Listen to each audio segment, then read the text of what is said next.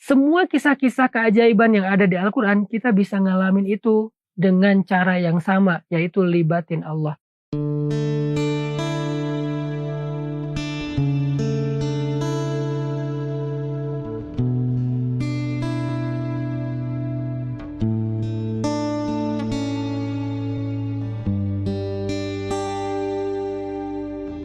Hari ini saya akan bahas 3 cara yang paling sederhana melibatkan Allah dalam urusan kita secara general.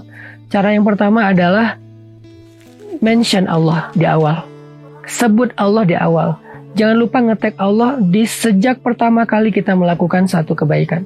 Misalnya Nabi Musa. Sebelum Nabi Musa berdakwah kepada Fir'aun, sebelum Nabi Musa datang kembali ke Mesir dari Yordania atau Madian, hal pertama yang dilakukan Nabi Musa itu adalah meminta petunjuk Allah. Nge-mention Allah dengan kalimat, Rabbi syrah li sadri, wa yassir li amri, wahlul uqdatan min lisani, yafqahu qawli, waj'al li waziran min ahli, Haruna akhi, ushdud bihi azri, wa ashrikhu fi amri, kay nusabbihaka katsira, wa nadhkuraka katsira. Rabbi, lapangkan dadaku, mudahkan urusanku, tuntun ucapanku agar dia mengerti apa yang aku katakan.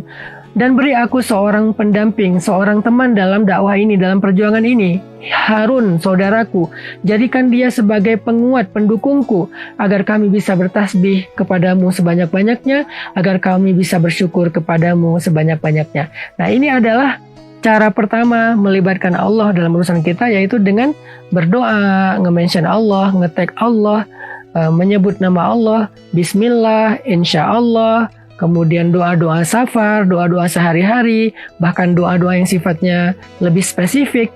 Libatkan Allah dengan doa, libatkan Allah dengan menyebut nama Allah, libatkan Allah dengan nge-mention Allah. Dan lebih baik lagi kita menyebut nama Allah itu dengan nama-namanya yang mulia. Walillahil asma'il husna, walillahil asma'il husna fad'uhu biha.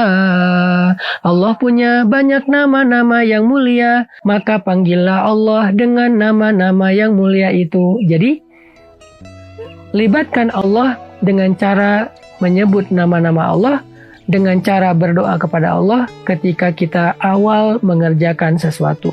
Ketika kita punya masalah dengan seseorang, langsung libatkan Allah dengan berdoa, dengan menyebut nama Allah, dengan memanggil nama-nama mulia Allah di antara Asma'ullahil Husna. Dan itulah rahasia Sayyidah Maryam dan juga Sayyidah Aisyah mendapatkan pembelaan Allah ketika mereka difitnah, ketika mereka dibuli oleh masyarakat mereka. Apa yang dikatakan Sayyidah Maryam dan Sayyidah Aisyah ketika awal mendapatkan berita kalau mereka itu sedang difitnah, dibuli, kalau sekarang mungkin di sosial media. Hal pertama yang diucapkan Sayyidah Aisyah dan Sayyidah Maryam adalah Ashku bathi wa huzni ilallah, wallahul musta'an ala ma yasifun. Aku tidak akan berkeluh kesah kecuali mengadu kepada Allah, dan Allah sebaik-baik pelindung atas apa yang mereka ucapkan terhadap aku. Nah, ketika Sayyidah Aisyah dan Sayyidah Maryam melibatkan Allah dengan lisan, dengan ucapan-ucapan doa, menyebut nama Allah, memanggil Allah, itu Allah langsung terlibat. Sehingga ketika Allah terlibat, terjadilah keajaiban. Apa keajaibannya? Sayyidah Maryam langsung mendapatkan keajaiban, tiba-tiba bayinya bisa bicara dan membela ibunya. Gak ada satupun yang bisa menolak berita dari bayi tersebut. Akhirnya bersihlah nama Sayyidah Maryam. Sedangkan Sayyidah Aisyah mendapatkan keajaiban, tiba-tiba turun ayat di surat An-Nur khusus dari Allah untuk membela Sayyidah Aisyah. Jadi kalau kita pengen dapetin keajaiban jalan keluar dalam masalah kita, ya sebut nama Allah. Itu juga yang dilakukan Nabi Musa kan. Ketika Nabi Musa mentok dengan laut, di belakangnya ada pasukan Fir'aun, pengikutnya mulai berkeluh kesah, maka Nabi Musa mengatakan, Kalla inna ma'iyya rabbi sayahdin. Pasti Allah bersamaku dan dia akan memberiku jalan keluar. Allah disebut, Allah dipanggil, Allah dilibatkan.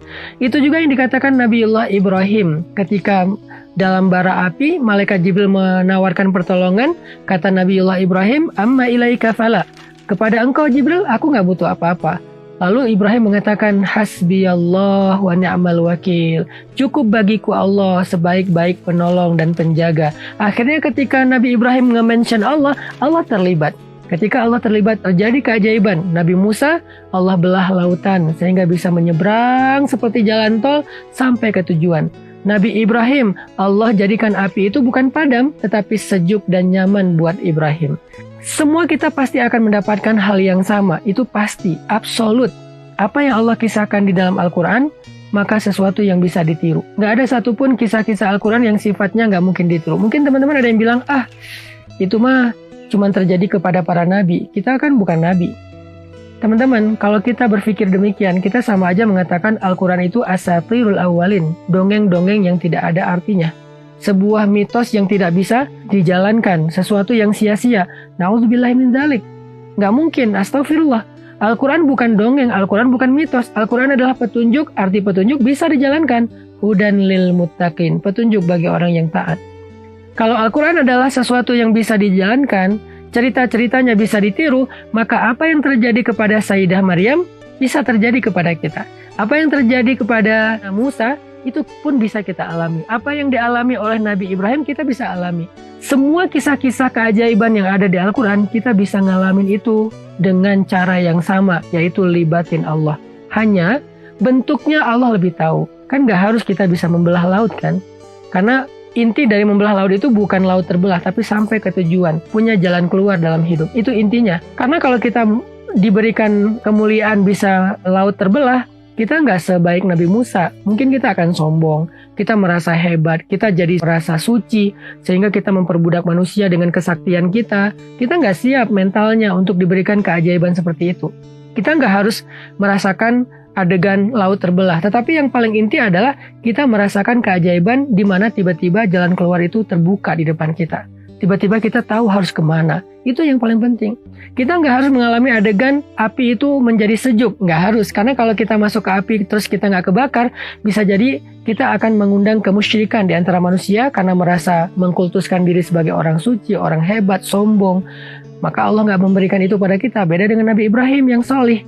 Maka yang paling inti dari api itu sejuk adalah kita terhindar dari berbagai macam kejahatan, keburukan, malapetaka, walaupun kita ada di tengah-tengah ancaman tersebut karena Allah membela kita. Gitu juga yang dialami oleh Sayyidah Maryam. Gak harus bayi kita bisa ngomong, tetapi tiba-tiba Allah bisa menjadikan banyak orang membela kita. Bukan hanya bayi yang bisa ngomong, tiba-tiba ada teman membelain kita, netizen bela kita, orang soleh bela kita, orang yang bahkan kita gak kenal tiba-tiba belain kita. Semua itu mudah bagi Allah. Sebagaimana juga mudah bagi Allah untuk menunjukkannya kepada Sayyidah Maryam dan lain-lainnya. Jadi, cara pertama untuk libatin Allah, mention Allah, sebut nama Allah, panggil Allah, hafal Asmaul Husna, fahami maknanya, lalu panggil nama-nama itu sesuai dengan masalah kita.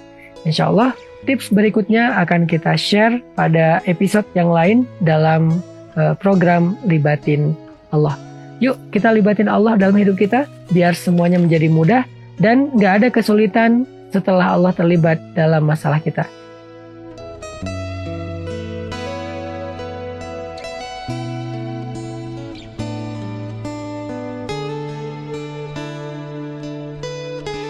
Aneh kalau misalnya kita pengen dapetin dukungan Allah, pengen dapetin pertolongan dan pembelaan Allah, tapi sehari-hari kita tuh berjarak dengan Allah.